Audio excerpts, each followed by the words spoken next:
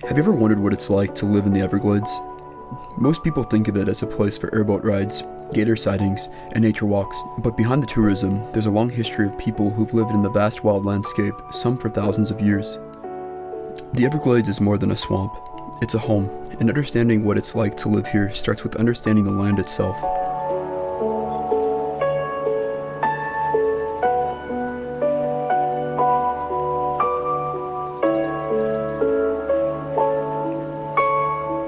The Everglades is one of the most unusual landscapes in North America. It might look like a swamp, but it's actually a slow-moving shallow river.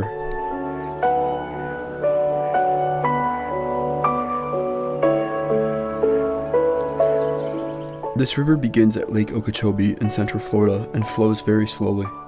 The river is wide, flat, and filled with tall grasses like sawgrass, which give it the nickname River of Grass.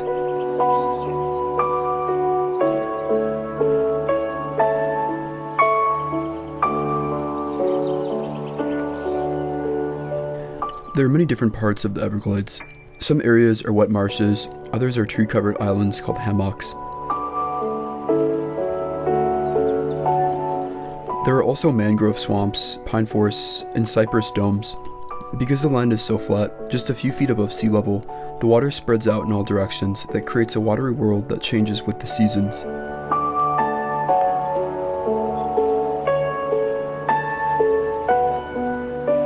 During the rainy season, much of the land is underwater. In the dry season, the water pulls back, revealing mud flats and dry trails.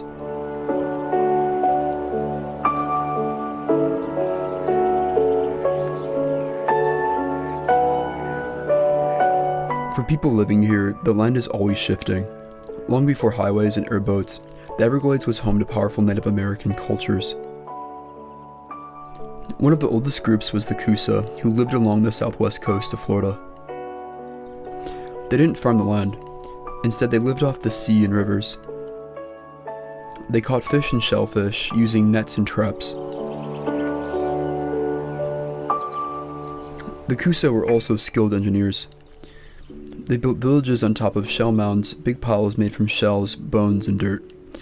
These mounds raised their homes above floodwaters and protected them from storms. Further east near what's now Miami lived another group called the Tequesta.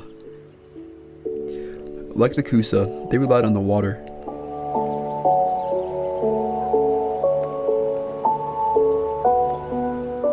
They paddled dugout canoes made from hollowed-out cypress trees, using rivers as highways to travel, trade, and hunt. Both groups had spiritual beliefs connected to the land and sky.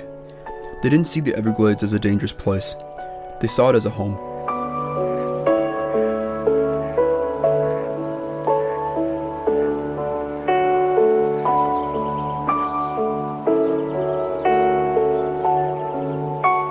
Sadly, when Europeans arrived in the 1500s, diseases and violence destroyed much of their way of life.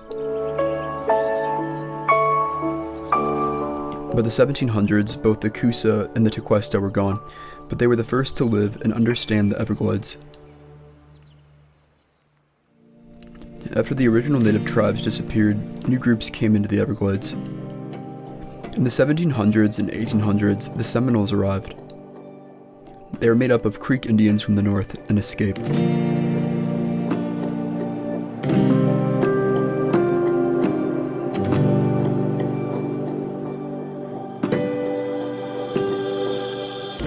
The United States government tried to force the Seminoles to leave during the Seminole Wars, but they resisted.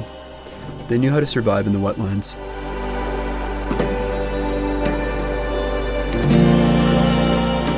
They built homes called cheekies, open wooden platforms with thatched roofs raised above the ground. These homes were cool in the hot sun and safe from flooding.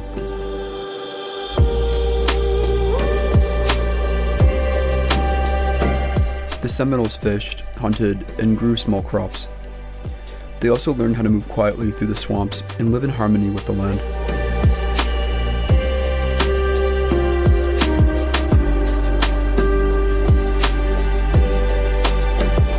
To this day, many Seminole people still live in South Florida. Some continue to build cheekies and pass down the skills of their ancestors. Their history is one of strength and survival, and one of the most challenging places to live in America.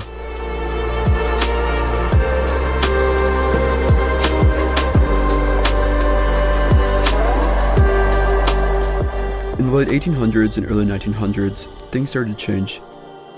American settlers and developers began to see the Everglades not as a home, but as a problem.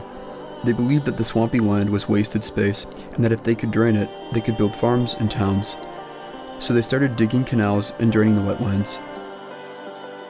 They wanted to turn the Everglades into farmland for sugarcane and vegetables.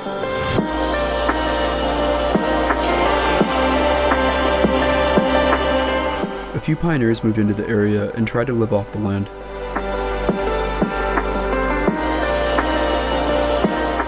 They faced floods, mosquitoes, alligators, and long distances from the nearest town. Life there was hard, but some people stayed. Small towns popped up around the edges of the Everglades. People hunted animals like raccoons and otters for fur. Some became fishing families, living in wooden houses on stilts by the rivers.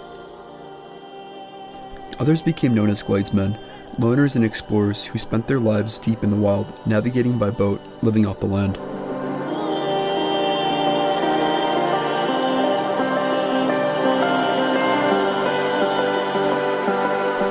Today, most people don't live deep inside the Everglades. The land is protected as a national park and wildlife refuge, but there are still communities and towns on the edge. Most of the towns are small and quiet, with just a few hundred people.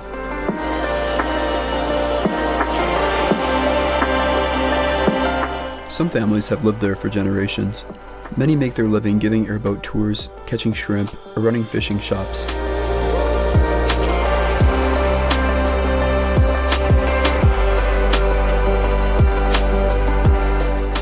Hurricanes and floods are still part of life. Roads sometimes wash out and electricity can go down, but for the people who stay, the Everglades are worth it. It's peaceful, beautiful, and full of life.